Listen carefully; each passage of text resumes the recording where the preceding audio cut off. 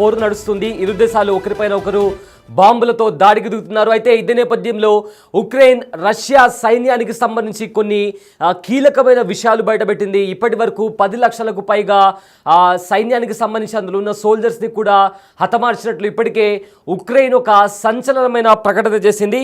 అయితే 3 ఏళ్లలో దాదాపు 10 లక్షల మంది రష్యా సైన్యం హతమైనట్లు కూడా ఉక్రెయిన్ చెప్పుకొచ్చింది. రష్యా సైన్యంలో ఉక్రెయిన్ సైనిక అధికారులు రష్యా సైన్యం పైన ఉక్రెయిన్కి సంబంధించిన అధికారులు సంచలనమైన ప్రకటన చేశారు.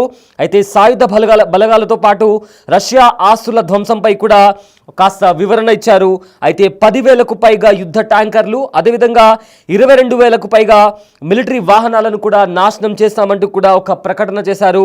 అయితే 28,000 ఫిరంగి ఆయుధాలు, 50,000కు పైగా ఇంధన ట్యాంకర్లను కూడా ధ్వంసం చేశామంటూ కూడా చెప్పుకొచ్చారు. ఇదే నేపథ్యంలో 1,400 రాకెట్లు, 1,100 వైమానిక రక్షణ వ్యవస్థను కూడా కుప్పకూల్చినట్లు కూడా ప్రకటించారు. 384 సాధారణ ప్లేన్లు, అదేవిధంగా 41 యుద్ధ విమానాలు రష్యా కోల్పోయినట్లు కూడా ఉక్రెయిన్ అధికారులు వెల్లడించారు. అయితే దీనికి సంబంధించి కూడా 336 హెలికాప్టర్లు, 38,000 డ్రోన్లు, 28,000 నౌకలు పాడైనట్లు కూడా ఉక్రెయిన్ తెలిపింది.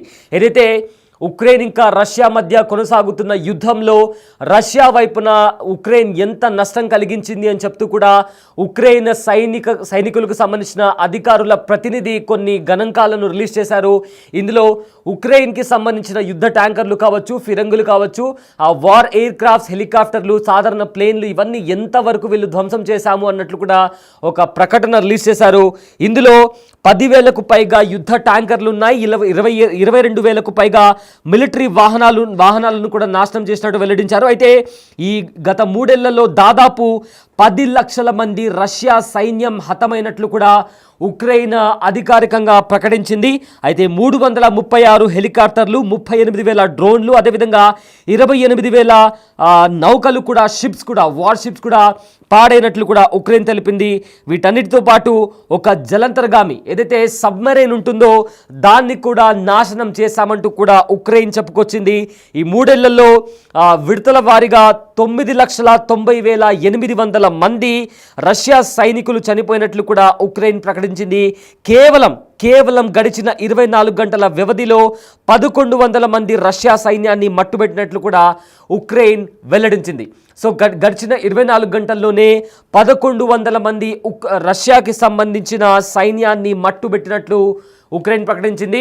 అయితే గడిచిన 4 రోజుల్లో యుద్ధానికి సంబంధించి ఆ తీవ్రత మరింత ఎక్కువైంది. ఎప్పుడైతే ఉక్రెయిన్ దాడికి పాల్పడిందో అప్పటి నుంచి ఈ 2 దేశాల మధ్య కూడా ఏదైతే హై టెన్షన్ వాతావరణం అనేది తారాస్థాయికి చేరింది. ఇదే నేపథ్యంలో రష్యా కూడా కొన్ని గణాంకాలను రిలీజ్ చేసింది. ఎంతవరకు వాళ్ళు ఉక్రెయిన్ని నాశనం చేయగలిగారు, ఉక్రెయిన్కి సంబంధించి ఎంతవరకు వాళ్ళు సోల్జర్స్ని హతమార్చగలిగారు అంటూ కూడా రష్యా కూడా కొంత రిపోర్ట్ని బయటపెట్టింది. అయితే రష్యా ఉక్రెయిన్ దేశాల మధ్య భీకర పోరు కొనసాగుతున్న విషయం మనందరికీ తెలిసిందే. అయితే సోమవారం రోజు ఉక్రెయిన్ రష్యాపై డ్రోన్లతో విరుచుకుపడింది. ముఖ్యంగా స్పైడర్ వెబ్ పేరుతో భారీ ఎత్తున డ్రోన్ల దాడి చేసి 7 బిలియన్ల విలువైన 41 విమానాలను కూడా ధ్వంసం చేసింది.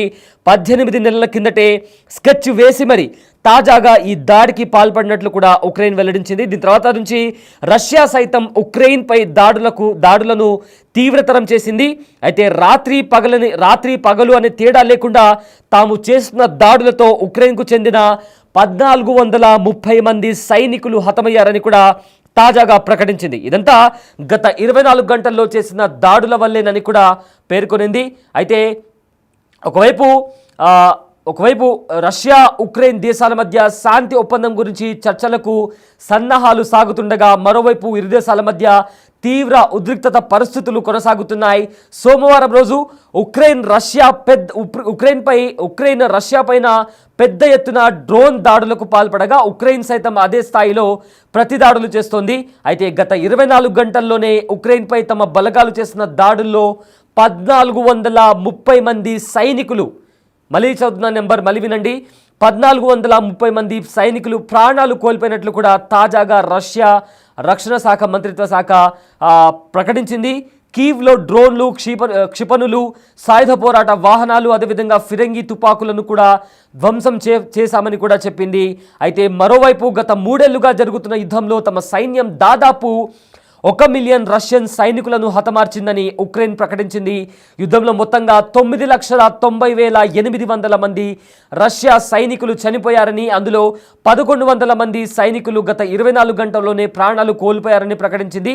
అలాగే తాము చేసిన దాడుల వల్ల రష్యాకు చెందిన 10,881 ట్యాంకులు, 22,671 సాయుధ పోరాట వాహనాలు, అదేవిధంగా 50,607 ఇంధన ట్యాంకులు, అదేవిధంగా 28,623 ఫిరంగి వ్యవస్థలు, 1,402 బహుళ ప్రయోగ రాకెట్ వ్యవస్థలు, అదేవిధంగా 1,176 వైమానిక రక్షణ వ్యవస్థలు, 384 విమానాలు, 41 యుద్ధ విమానాలు, 336 హెలికాప్టర్లు, 38,748 డ్రోన్లు, 28 నౌకలు, ఒక జలంతర్గామి కూడా నాశనం అయ్యాయని కూడా ఉక్రెయిన్ జనరల్ స్టాఫ్ కూడా తెలిపారు.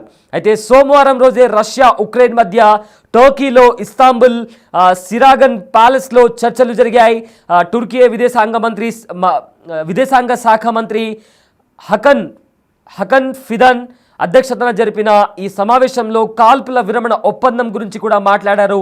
కానీ బయటకు వచ్చిన తర్వాత దీని గురించి ఎలాంటి విషయం కూడా వెల్లడించలేదు. దీన్ని బట్టే ఇరు దేశాల మధ్య ఎలాంటి ఒప్పందం కుదరలేదని కూడా చాలా స్పష్టంగా అర్థమవుతుంది. సో ప్రజెంట్ ఇది పరిస్థితి. ఉక్రెయిన్ ఇంకా రష్యా మధ్య కొనసాగుతున్న యుద్ధ నేపథ్యంలో ఇరు దేశాలు ఎవరికి ఎంత నష్టం జరిగిందనేది కూడా బయటపెట్టాయి. అయితే ఉక్రెయిన్ రష్యా పైన వాళ్ళు చేస్తున్న దాడిలో ఎంతమంది సైనికులను హతమార్చగలిగారు, అదేవిధంగా రష్యాకు ఎంతవరకు నష్టం కలిగింది అని కూడా ఉక్రెయిన్ బయటపెడితే, మరోవైపేమో రష్యా కూడా తాము దాడి చేసిన దాడుల్లో ఉక్రెయిన్కి ఎంతవరకు నష్టం కలిగింది, ఎంతవరకు వాళ్ళు ఉక్రెయిన్ పైన పై చేయి సాధించగలిగారు, ఎన్ని మిసైల్స్ను, ఎన్ని డ్రోన్స్ను, ఎన్ని యుద్ధ విమానాలను, యుద్ధ నౌకలను కూడా నాశనం చేయగలిగారు అనేది కూడా వాళ్ళు చెప్పడం జరిగింది. సో మొత్తం మీద రష్యా ఉక్రెయిన్ మధ్య భీకర పోరు కొనసాగుతున్న సంగతి మనందరికీ తెలిసిందే. ఇప్పటికే ఆల్మోస్ట్ 3 సంవత్సరాలకి పైగానే వీళ్ళిద్దరి మధ్య యుద్ధం జరుగుతుంది. 2022లో మొదలైన ఈ యుద్ధం ఇవాళకి కూడా ఈ సెకండ్ వరకు కూడా కొనసాగుతూనే ఉంది. అయితే శాంతి చర్చలకు సంబంధించి ఇప్పటికే చాలా దేశాలు ప్రయత్నిస్తున్నాయి. అటు అమెరికా కూడా జెలెన్స్కీ అదేవిధంగా పుతిన్ని ఉద్దేశిస్తూ కూడా మాట్లాడడం జరిగింది. ఓవల్ ఆఫీస్లో కూడా జెలెన్స్కీ వెళ్ళినప్పుడు కూడా ట్రంప్ ఇంకా జెలెన్స్కీకి మధ్య కాస్త ఆర్గ్యుమెంట్ కూడా చోటు చేసుకుంది. అయితే దాని తర్వాత జెలెన్స్కీ కాస్త వెనక్కు తగ్గారు. అయితే కానీ పుతిన్ మాత్రం తన స్వభావాన్ని మార్చుకోవట్లేదు. పుతిన్కి పిచ్చి పట్టినట్టు వ్యవహరిస్తున్నాడు పుతిన్ అంటూ కూడా ట్రంప్ ఘాటు వ్యాఖ్యలు చేశాడు. దీనికి రష్యాకి సంబంధించిన అధికారులు కూడా రెస్పాండ్ అవ్వడం జరిగింది. పుతిన్కి తెలిసింది ఒక్కటే, యుద్ధం మాత్రమే. సో పుతిన్ని భయపెట్టాలని చూస్తే అది ఖచ్చితంగా మీ తప్పు అవుతుందంటూ కూడా రష్యాకి సంబంధించిన కొంతమంది అధికారులు కూడా చెప్పారు.